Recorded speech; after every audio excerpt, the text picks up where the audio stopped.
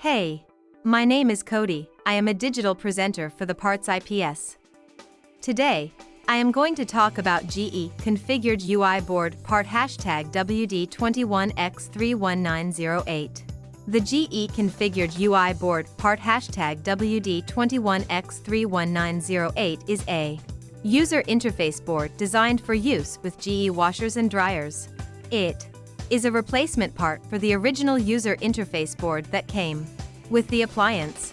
The board is responsible for controlling the various functions of the washer or dryer, such as cycle selection, temperature settings, and other options.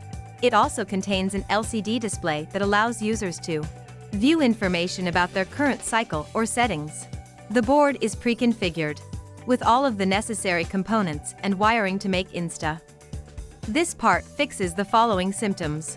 The WD21X31908 UI board is designed to fix the following symptoms. 1. Washer won't start. 2. Washer won't spin or agitate. 3. Washer won't drain. 4. Washer is noisy during operation. 5. Washer stops mid-cycle. Here is how you install this part. 1. Start by turning off the power to the appliance. 2. Remove the screws that hold the control panel in place and carefully remove it from the appliance. 3. Disconnect any wires connected to the existing control board and remove it from the appliance.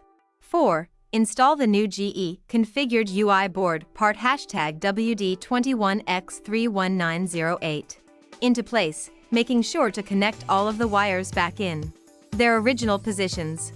5. Securely fasten the board into place with screws and replace the control panel onto the appliance.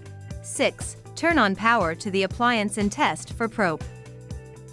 You can buy this part from www.partsips.com. Click on product link in video description or search with part number on www.partsips.com. Visit www.parts.ip.